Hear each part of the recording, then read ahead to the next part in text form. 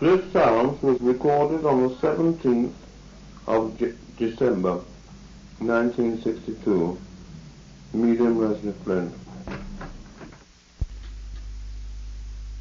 Sitter, Rose Creet. Communicator, Frédéric Chopin. This séance is personal to members of the group's soul. Good evening. How are you this evening? I'm very well, thank you. Good. I am very well too, and I am very happy to come and speak to you again tonight. Frederick. Frederick. Is that Frederick? You are finding a little difficulty at the moment to know who it is that is speaking to you, madame, huh?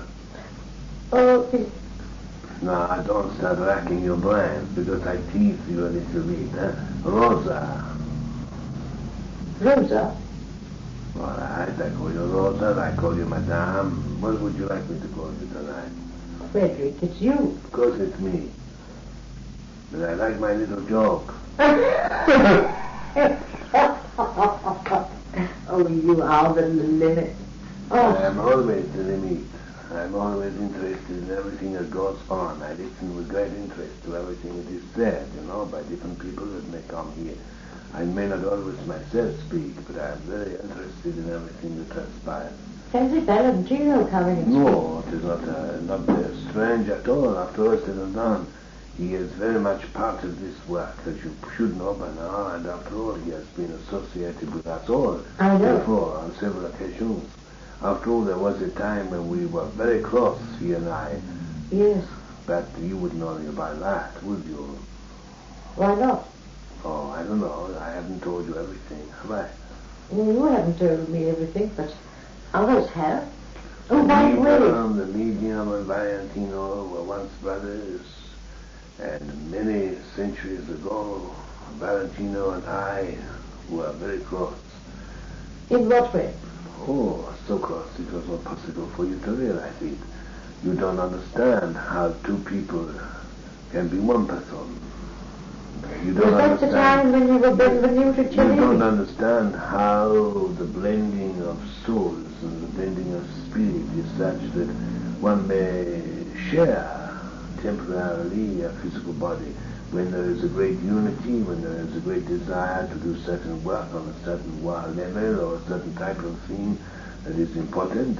Sometimes two people merge and they become, for a time, in a sense, from a material point of view, one person. But what is the answer to all these peculiarities in human beings?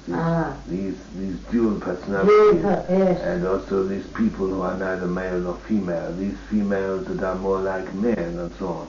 All this is due to incarnations, or much of it is due to incarnation, and much of it is due to certain aspects of the self asserting itself so much more than people perhaps can realize. And sometimes a person may behave in a very strange manner, and sometimes from a material point of view they may seem quite normal for a number of years, and then all of a sudden there seems to be a change take place and they become almost a different personality. What is this but dual personality, or what you would call dual personalities, where the entities from this side who are merging and working in a certain way, perhaps sometimes without even realizing it, and create a peculiar physical reaction. It isn't always possible, of course, for sometimes people who are utilizing a body, but it is one person or perhaps even two people. And then again, of course, there are the occasions when from this side we impress and we use an individual and they become so sort of, I was going to use the word obsessed, but I don't want to give the wrong impression. No. And the point is that sometimes, for instance, when the medium is not even working, when for some reason or other he doesn't even realize it, when he's not even thinking about this sort of thing, sometimes when he least expect it, I pop out with some remark which is of myself. He doesn't even notice he's made it. Really? Oh, I see what you mean. But Frederick, was this the time when you were Benvenuto Cellini and Valentino the same? Yes, but you must try to remember, as I've tried, and we have all tried to try, if we can, to make you understand, that sometimes there is emerging of mentalities, there is emerging of individuals, there is emerging of spirit force, there is emerging of vibrations. Sometimes the body is, of course in that we must first clarify this business of the body. This body is something which is animated by life. Yes. And behind that body is the temperament, the individuality, the personality, the character, but behind all that are thought forces.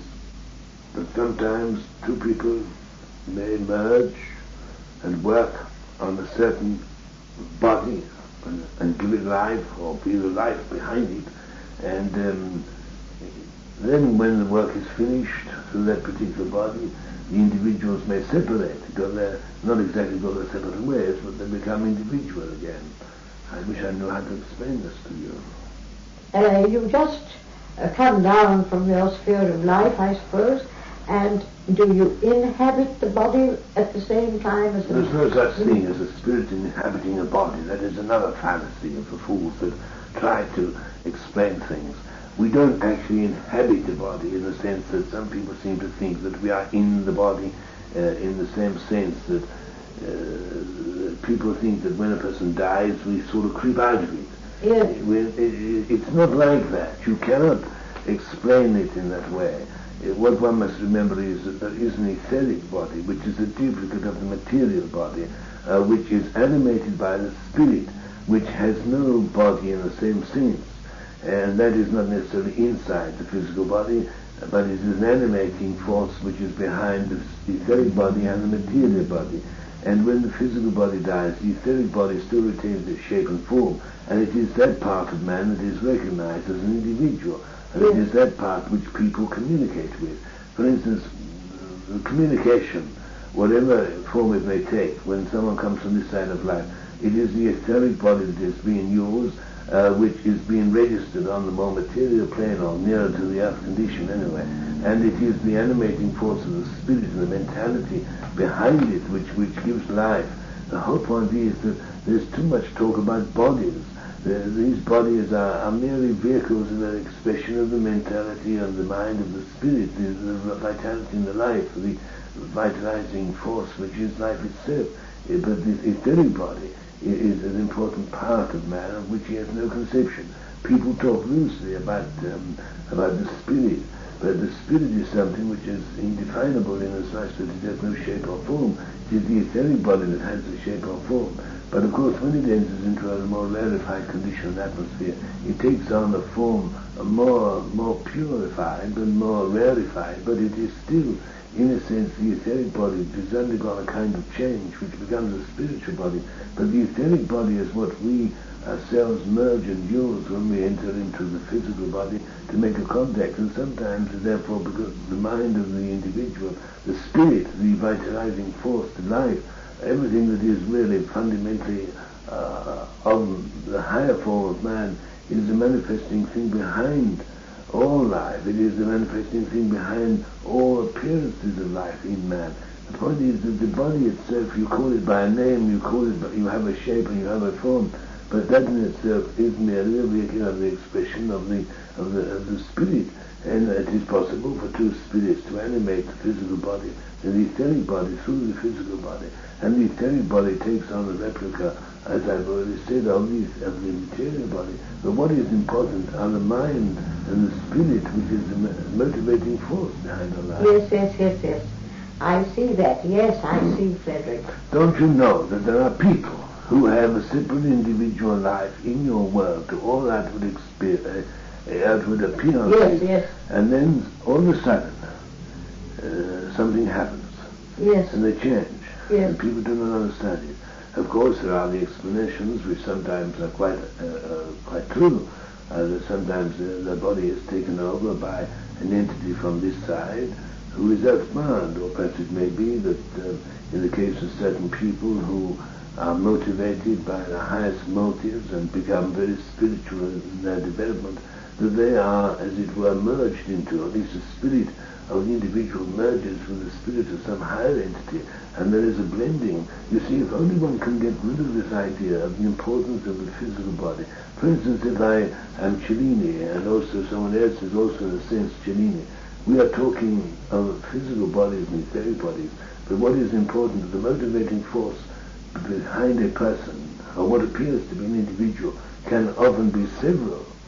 But that does not mean to say that that individual has lost his own personality or character. In fact, it is only the merging, the gradual changes that come through various incarnations and experiences that the spirit evolves and becomes in itself freed of all these hindrances of the material and the astral conditions. These motivating forces which lie behind all life, they are in themselves separate, but at the same time they are blended.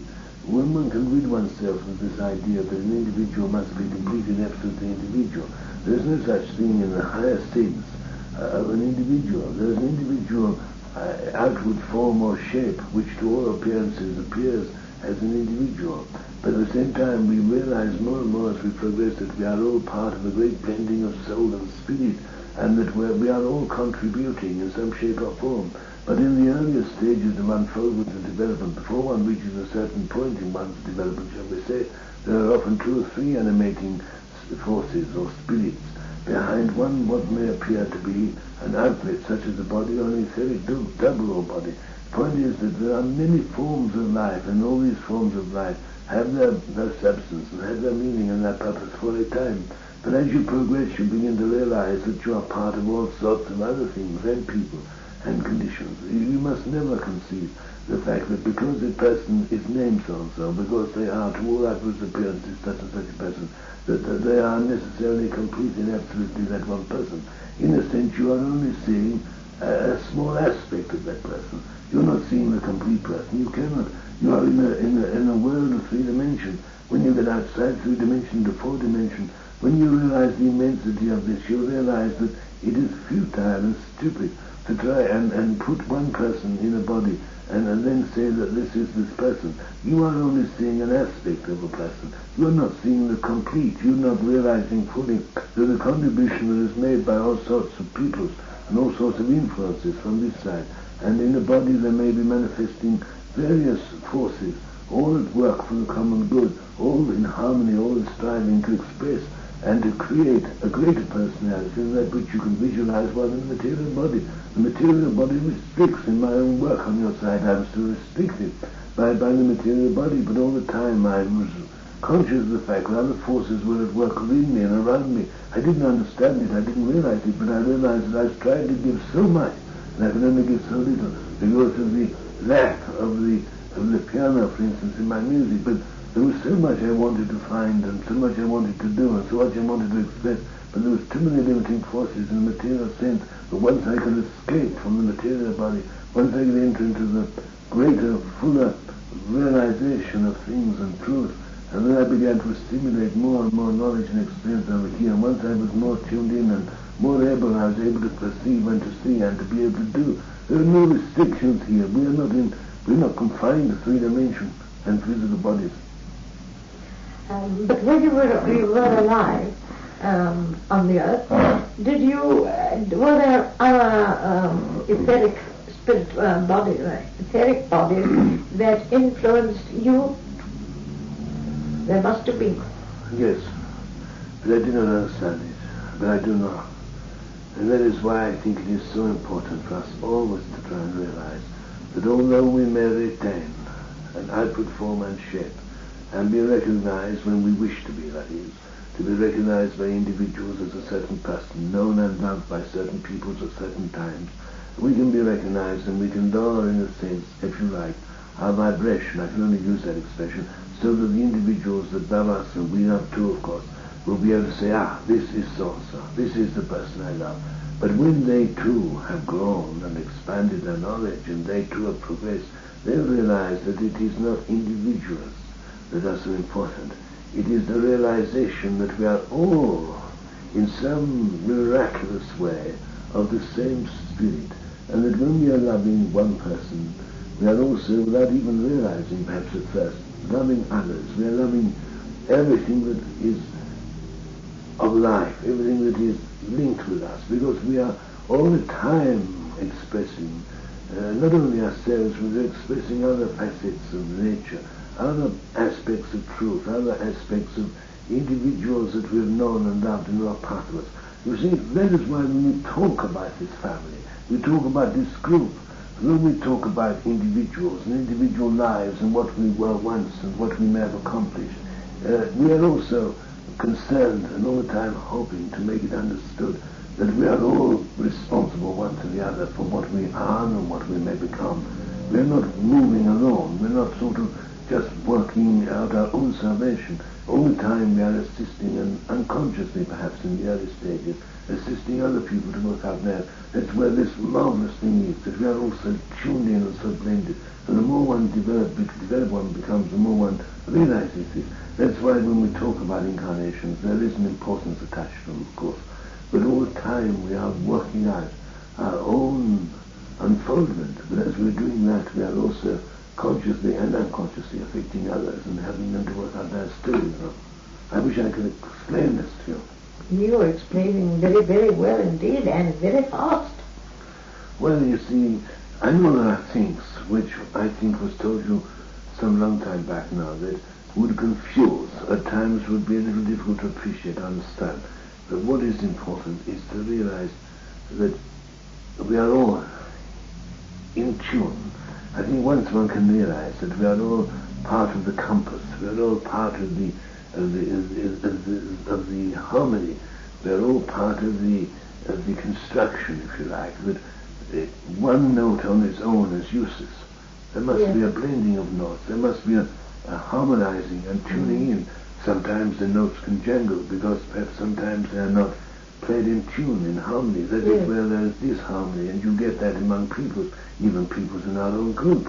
Sometimes there is a jangling, a jangling, and a disharmony, out of tuneness. But the point is, it is because that particular member has not yet been tuned into our vibrations, has not been brought up to a certain level, so that that person can be in harmony and be contributory to all that we are trying to express and to do.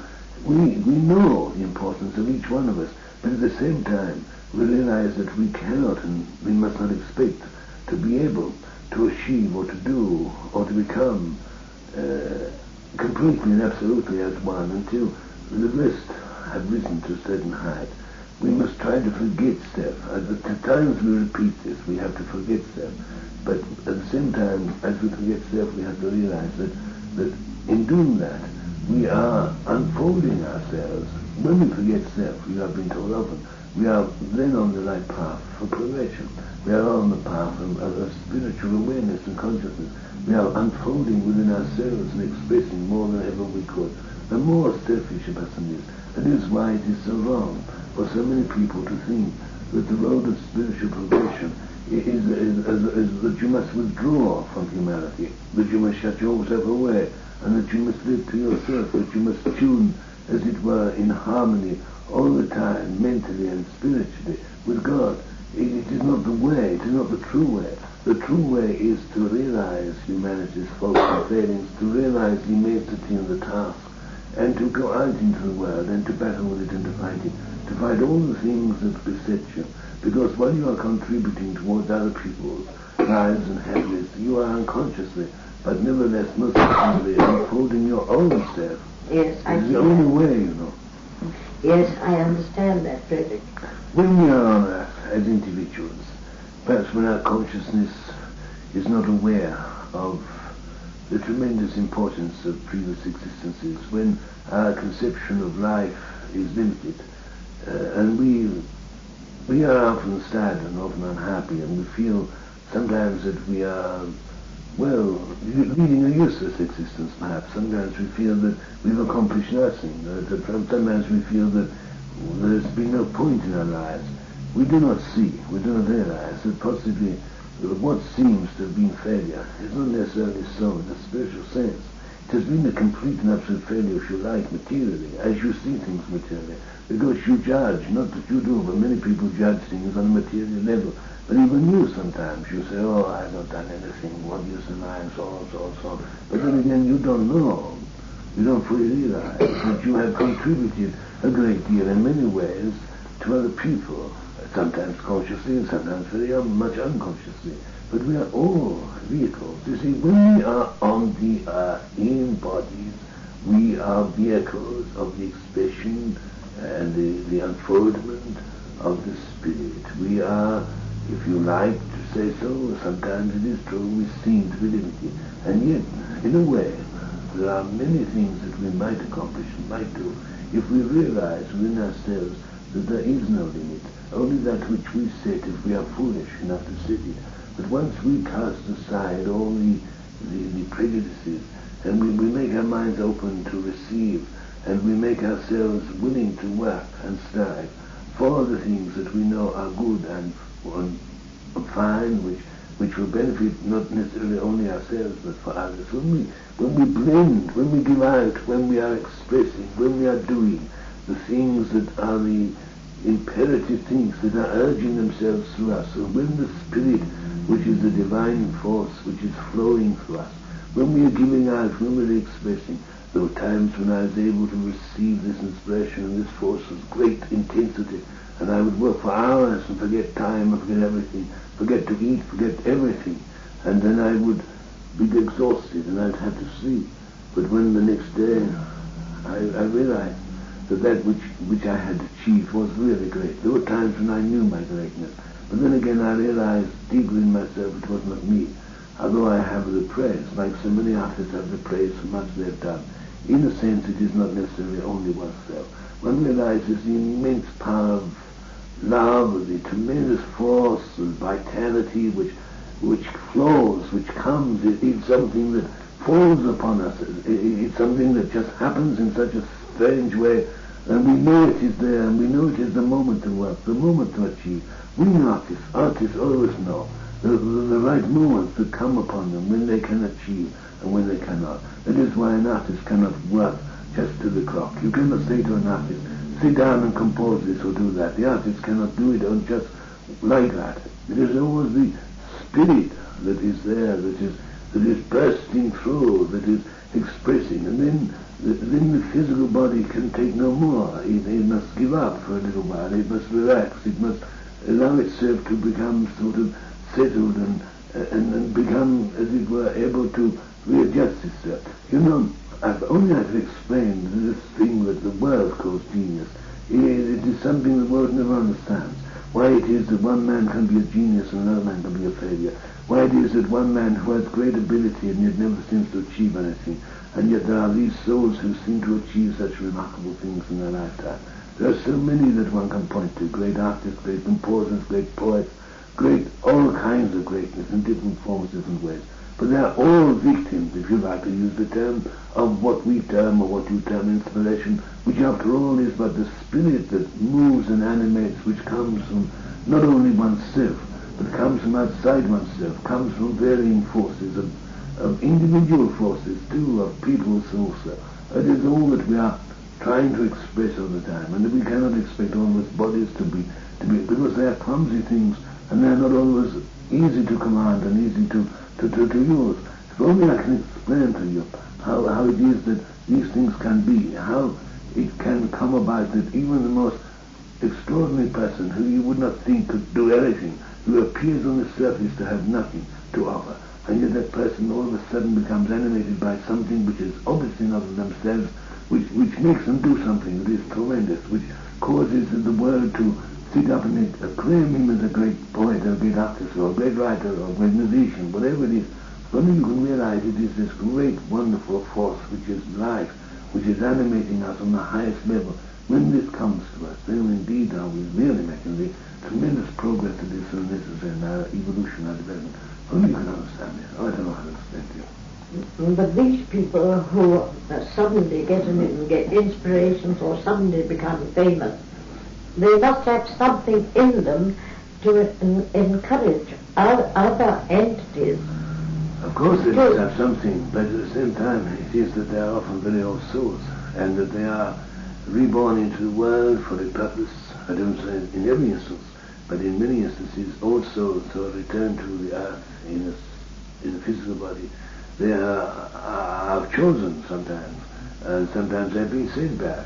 to do a specific work. But sometimes, of course, the limitations, what seem to be the limitations of the body, they do not seem to achieve very much for a time. Then all of a sudden the tremendous power of the spirit is there, and there you find that they begin to burst their bonds, they begin to give forth these things. It's very difficult to make you understand what I'm trying to say, but I'm trying very hard. Yes, I know. I shall play this over afterwards 3 and 4 times. It'll sink into my head, don't worry. I think once people can rid themselves of the idea that because they are born and they are baptized and they grow up and they develop certain personalities, certain characteristics, that is the person. That is only an aspect. Only an aspect. It is not the complete. It is only an aspect. It is only one example, one part. It is what is revealed, can we put it like that, revealed through the limited conditions of the earthly body. But behind that there are all sorts of influences brought to bear, all sorts of individuals even. You cannot understand this blending, how they are on different levels, and yet all linked and tuning in gradually, focusing their attention and their thoughts and their inspiration, how they are gradually ascending through, as it were, all these things which make the individual, as far as the human body will allow and the circumstances of their life will allow, helping them to become not only great artists, but also great in many other ways. The earthly body is a vehicle. We must look upon it. You can call it a name. You can call it Rossi, you can call it Frédéric, you can call it what you like, but it is a vehicle. It is a vehicle that becomes loved by people, and naturally, because you love the individual that shines through the body and the spirit that is manifesting there, you love. But the point is that the body in itself is but the shell. If only you can realize how the etheric body is so beautiful and so glowing, and yet even that is not the reality. That is only the other shell on a higher level. And when you reach the true spirit of the individual, once you really are in complete harmony and tune and blending with that, you realize that you are one. I wish I knew how to explain this tremendous thing. But this group of ours, Frédéric, now there's a lot of you there, over there, and there are a lot of us over here. When all of us from here get over there, what happens?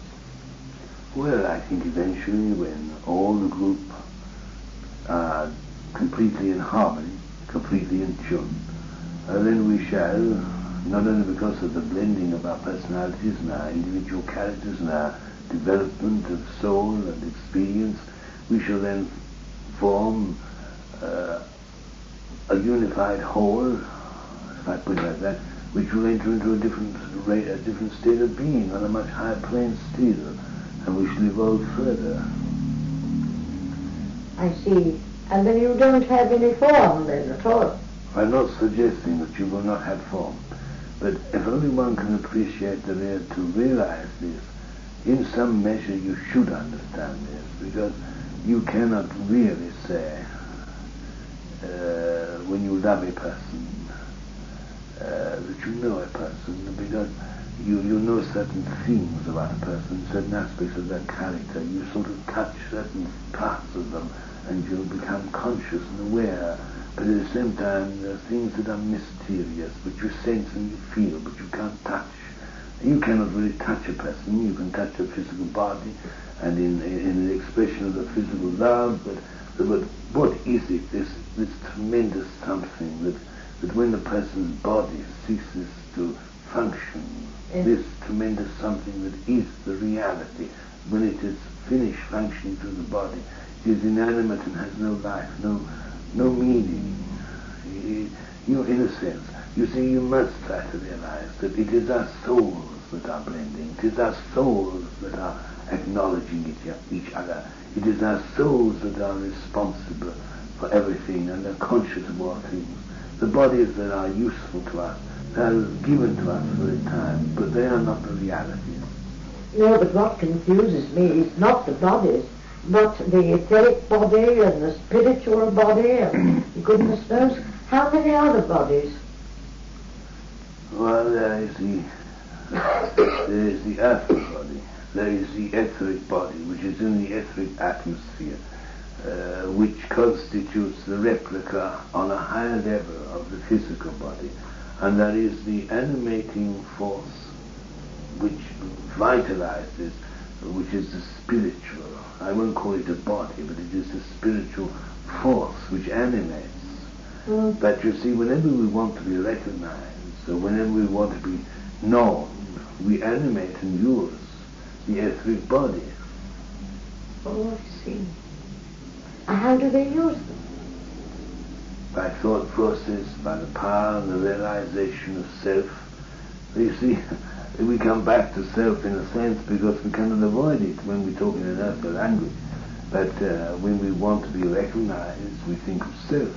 But not in a selfish sense. We think of self as we wish to be recognized. That's why we can assume, that's why I have assumed over a long period, different selves. Yes. I wonder how many selves you have been, Frédéric. Oh, I don't know, perhaps 20, 30. I don't know, I can't remember all. So perhaps those that are less important have been diminished.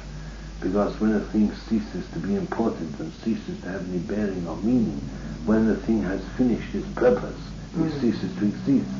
But while one thinks, and one remembers, and one has desires in regard to a certain life or a certain form or whatever you like, whatever it may be, it doesn't have to be just an individual. It can be anything. It can be an article of clothing. It can be a piece of furniture. It can be a certain type of piano. I mean, over here I have various pianos. I have various instruments. And as I told you, on my highest level of development and evolution, I don't need a piano. No. But if I come down to an etheric condition, then I have a replica of various pianos that I like, according to the plane upon which I'm manifesting, according upon the plane upon which perhaps I am giving a concert, if you like. On that vibration there is a piano that is right for me and for that particular recital. And it's just made for you, or just what? No, it is made. It depends. If it is on a very much lower level, it is constructed. Oh. But if it is on a slightly higher level, it is done by the very vitalizing power of thought. Because after all said and done, thought is the creative thing behind all life. Yes. And as if your thoughts are high enough and real enough and solid enough, if you like, then the solidity of your thoughts can create solid things from what you would term from nothingness. But it is the reality of oneself and the power of one's thoughts and desire that can make possible that creative substance. When we come and talk to you, we concentrate our thoughts. We think, and we think on an etheric level, which also at the same time can be rather limiting to what we can get through to you. That is what has been our trouble for a long time, is to being able to vibrate on a lower earthly level, or on a, shall we say, a level nearer the earth, and at the same time think on a high level. Because it is like do two opposite things at the same time. Yes. But that is what we have been struggling with, what we have been building up for. That's why I think now that we have accomplished a great deal more, you will see the gradual unfoldment of our knowledge to you on this etheric level, but from a higher spiritual thought plane. Leave it to me. And to all of us here, I can't stay no more now, but all right, talk about this again on Thursday, as you said. And don't worry if this or that person comes, because everyone who comes has something of good to say. They may not always succeed, but they have good intentions. Oh, that I know. I welcome everyone. I know you do, but don't worry about anything. Sort it all right, and you will find that all these little bits together will piece up and they will make sense. Things that are obscure last week will become clearer the following week or a month later. Leave it to me. I must go, the path's going. All right. See you again on Thursday. Good night. Yes. And I'm glad to see you sitting in a chair. Bye-bye. Good night. Bye-bye. Bye-bye, Mickey dear. Yeah. Cyclone. Eh? Cyclone. Yes.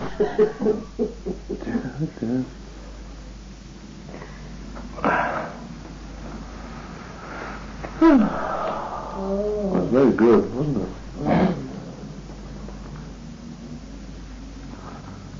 When you're ready, I'll put Yes, it I up. think I'm ready.